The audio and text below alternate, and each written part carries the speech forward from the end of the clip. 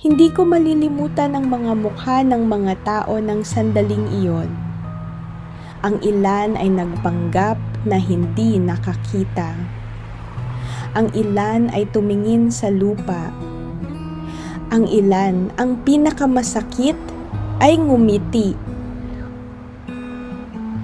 Nakatayo ako roon sa gitna ng lahat. At ang tanging bagay na naisip ko ay bakit hindi ko siya pinigilan mas maaga. Heartline Stories PH. Mga kwentong galing sa totoong damdamin. Mga kwentong minsan, ikaw ang bida. May nag-message sa Heartline Stories PH, isang babae. Sinabi niya, minsan iniisip ko pa rin yung araw na yon. Hindi na dahil masakit, kundi dahil yon ang naging turning point ko. Yung babae na yon, ako yon. At gusto ko nang ikwento sa sarili kong boses kung paano ako naging mababa at kung paano ako muling bumangon. 2 taon kaming magkasama ni Daniel. Mabait siya sa simula, yung tipong nagbubukas ng pinto, nagdadala ng pagkain kapag may sakit ako, nagte-text ng maingat ka bago matulog.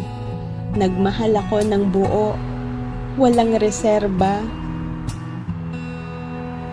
Pero habang tumatagal, may mga bagay na hindi ko mapigilan na mapansin. Pagkasama niya ang mga barkada niya, hindi niya hawak ang kamay ko. Hindi niya binabanggit ang pangalan ko sa usapan. Naroon lang ako, parang kasama na walang label. Tinanong ko siya minsan.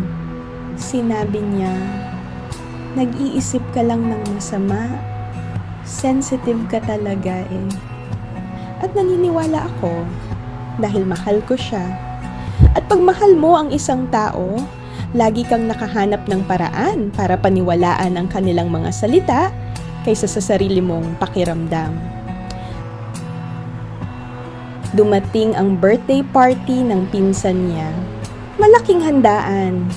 Pamilya niya, mga kaibigan mula sa trabaho, mga kakilala mula sa kolehiyo. Excited ako. Para sa akin, ito ang pagkakataon. Magiging opisyal na. Sa simula ng gabi, okay naman. Kumain kami. Nag-usap. Nagpatawanan. Pero bandang kalagitnaan ng gabi, may lumapit sa grupo namin. Isang babae. Matangkad, maganda, at dala niya ang paraan ng pagtingin kay Daniel na kilala ko ng maayos. Nagtanong ang babae, Daniel, sino ba kasama mo? Saglit na naghintay si Daniel. Saglit lang, pero napansin ko yon. At pagkatapos sinabi niya, si Abby. Kaibigan ko siya. Kaibigan. 2 taon. At kaibigan lang pala ako. Naramdaman ko ang dugo na bumaba sa mukha ko. Naramdaman ko ang mga matang nagtitinginan sa akin. Mga matang nagtatanong, nagtatawid ng mensahe na hindi ko gusto. May gusto pa sana akong sabihin. Pero nakita ko sa mukha niya, tapos na siya. Ako na lang yung hindi. Kaya ngumiti na lang ako. Dahil iyon lang ang kaya ko sa sandaling iyon. Pagkatapos ng gabi, sa kotse, nagtanong ako. Tahimik lang. Kaibigan lang ba ako? At ang sagot niya, mas masakit kaysa sa pinahiya niya ako sa harap ng lahat. Nagsabi siya, "Abby, huwag nang gawing malaki ito. Drama lang yan." Drama. Ang pakiramdam ko, drama. Ang tanong ko, lehitimo, tapat mula sa puso, drama. Nag-isip ako ng 3 araw. At pagkatapos ng 3 araw, nag-message ako kay Daniel, 1 linya lang. "Huwag na tayo." Hindi na ako naghintay ng tugon. Sa mga sumunod na buwan, ginapos ko ang lahat ng enerhiya ko sa sarili ko. Nagsimula akong mag-focus sa trabaho. Lumabas kasama ang mga kaibigan na matagal ko nang hindi naaabutan. Ibinabalik ko ang bersyon ko na unti-unting nawala sa loob ng 2 taon. Hindi ito madali. Merong mga gabing naaalala ko pa rin ang mukha ng mga tao sa party na yon. Merong mga gabing nagtatanong pa rin ako sa sarili, may mali ba sa akin? Pero habang tumatagal, mas malinaw na ang sagot. Wala. Wala akong mali.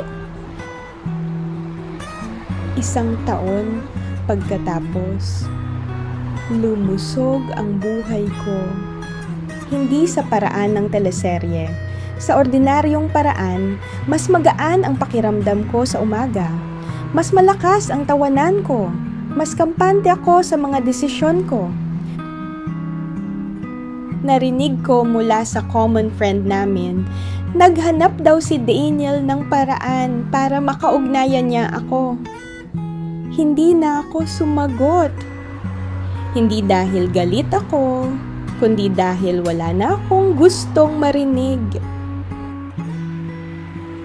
Ang pinakamakapangyarihang bagay na nagagawa mo para sa sarili mo pagkatapos na pinahiya ka ng isang tao, huwag mong hayaang ang sandaling iyon ang maging kahulugan mo. Hindi ako naging mas malakas dahil nagmataas ako.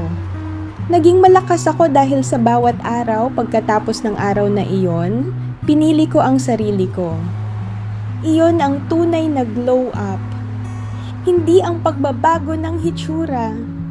Ang pagbabago ng pagtingin mo sa sarili mo. Sa lahat ng nakaranas ng ganito, pinahiya, binastos, ginawang maliit sa harap ng mga tao. Yung sandaling iyon ay isang kabanata lang ng kwento mo. Hindi ito ang buong kwento. At ikaw pa rin ang may hawak ng panulat. Naranasan mo na bang ituring na kaibigan lang ng taong mahal mo sa harap ng lahat? Ikwento sa komento.